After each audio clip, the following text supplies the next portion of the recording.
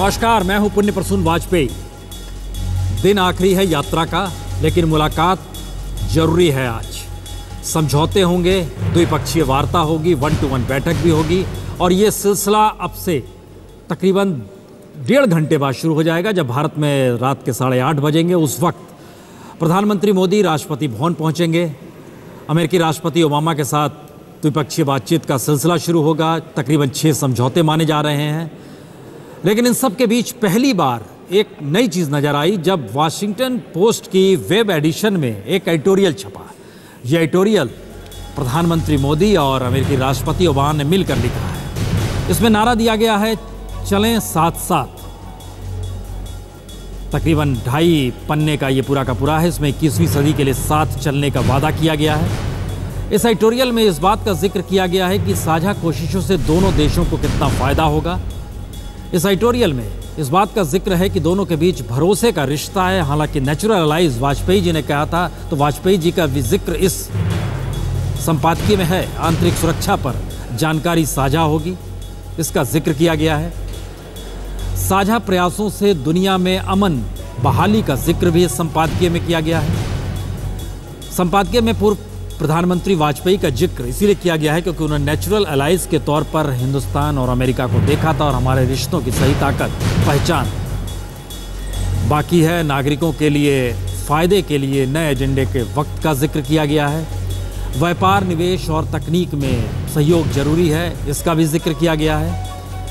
भारत के स्वच्छता अभियान को अमेरिका के जरिए समर्थन दिया गया है और ये एक बड़ी बात है क्योंकि तुरंत स्वच्छता अभियान शुरू किया। अगर इन सब के साथ ही आर्थिक सुरक्षा के लिए साझा होगी खुफिया सूचना। इबोला, कैंसर, हालांकि कुछ और बीमारियों का जिक्र है। इसमें मलेरिया भी है, डेंगू भी है, इसका भी जिक्र किया गया है। यानी हेल्थ सेक्टर का लेकर खास तौर पर जिक्र किया गया है, जिस पर तकरीबन 3 या 4 लाइनों का जिक्र है। और दोनों देशों ने अपने इस पोस्ट में, कम से कम इस साझा संपादकीय में, इस बात का जिक्र किया है कि न्याय और समानता में दोनों देश विश्वास रखते हैं। भारत और अमेरिका का सहयोग पुराना है। हरित क्रांति और IIT हमारे सहयोग से ही पैदा हुआ है। आज हमारी साझेदारी मजबूत, विश्वसनीय और लंबे समय तक चलने वाली है। इस संपादकीय के दस्तावेजों में कई ऐसी बातें हैं जो, लेकिन उस पर हम लोग चर्चा जरूर करेंगे क्योंकि यह शायद अपनी तरह का पहला प्रयास है जिसमें पहली बार इस बात का जिक्र किया है। हालांकि इस संपादकीय में जो आप स्क्रीन पर देख रहे थे उसमें 2 बातों का जिक्र नहीं था। दरअसल इस संपादकीय की शुरुआत महात्मा गांधी से हुई है और उसकी अगली ही लाइन में जिक्र किया गया है इन सब के बीच कहीं ना कहीं किसी ना किसी रूप में। सबसे पहले याद किया गया है स्वामी विवेकानंद को, जो शिकागो में उनका जो पूरा भाषण था, वर्ल्ड रिलीजन के जो भाषण का दिया गया था 1893 में, उसको सबसे पहले जिक्र किया गया है। महात्मा गांधी को उसके बाद जिक्र किया गया है। मार्टिन लूथर किंग को याद किया गया है और मार्टिन लूथर किंग ने 1962 में जो भाषण दिया था उसके मद्देनज़र वो ईयर और उन सारी चीज़ों का जिक्र तो नहीं किया गया, लेकिन वह किस तरीके से महात्मा गांधी से प्रभावित थे। यानी कहीं ना कहीं किसी ना किसी रूप में दोनों देशों की सभ्यता, संस्कृति को एक साथ जोड़ते हुए राष्ट्रपति ओबामा और प्रधानमंत्री मोदी का ये साझा एडिटोरियल वाशिंगटन पोस्ट के वेब एडिशन में सुबह 8 बजे ये जारी किया गया है।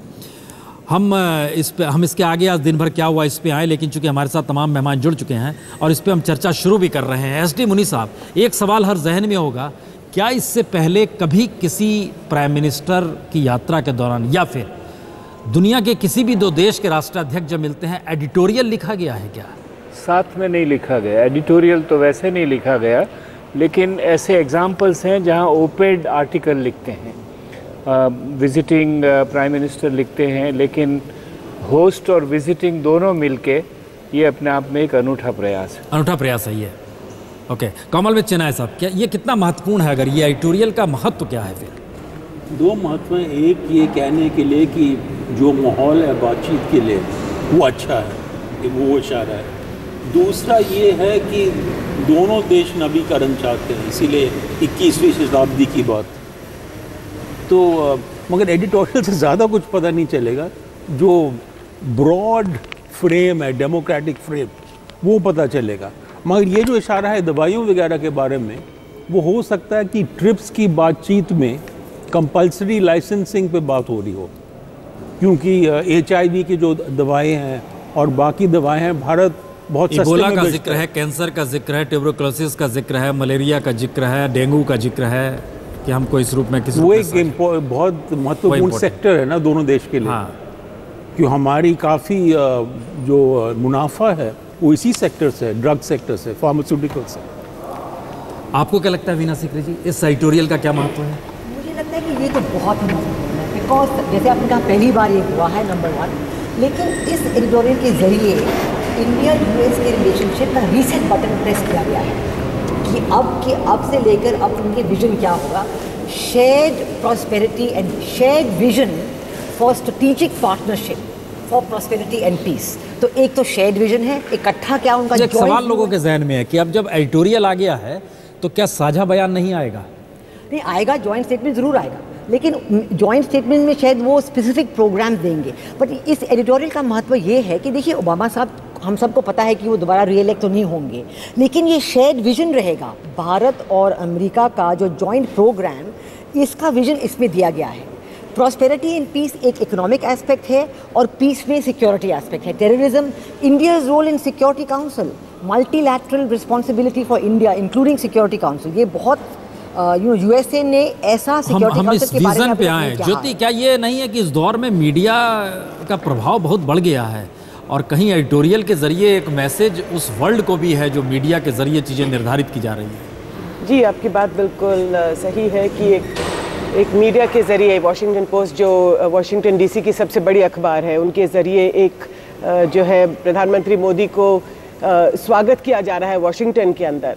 लेकिन मैं इसमें ये भी आपसे कहना चाहूँगी प्रसून, जो सबसे दिलचस्प बात जो मुझे लगती है कि जिस देश ने प्रधानमंत्री को 9 साल जो है वीज़ा नहीं दिया, वो आज की तारीख में उन्हीं के राष्ट्रपति ने हमारे प्रधानमंत्री को एक जॉइंट एडिटोरियल में जो इतनी अच्छी अच्छी बातें कही हैं, और उसमें आपने ध्यान दिया होगा कि उसमें गुजरात के दंगों का बिल्कुल कोई जिक्र नहीं है।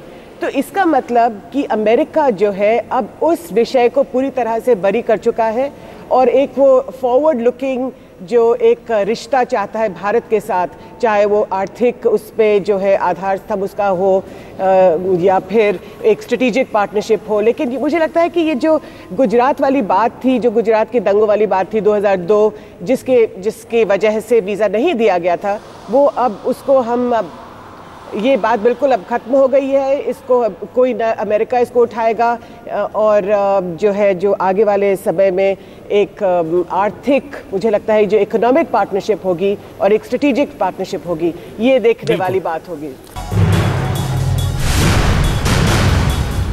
भारत और अमेरिका के बीच संबंधों को लेकर और ख़ास तौर से जो आज दस्तखत होने हैं जिन समझौतों पर, उस पर हर किसी की नज़र है। 8:30 बजे मुलाकात होने वाली। RK मल्होत्रा साहब, क्या लगता है डिफेंस के क्षेत्र में माना बढ़ा जा रहा है कि उस क्षेत्र में आपको लगता है कोई ब्रेक थ्रू की स्थिति है? देखिए, डिफेंस में 2 चीज़ें, जब हम सुरक्षा को देखते हैं, एक तो पार्टिसिपेशन की, ग्लोबल पार्टिसिपेशन की, कि आप एक्चुअली अपनी फोर्सेस भेजेंगे, पार्टिसिपेट करेंगे, वो ध्रुवीकरण की बात है। दूसरी बात है खुद हिंदुस्तान की काबिलियत को बढ़ाना, जो टेक्नोलॉजी की बात है।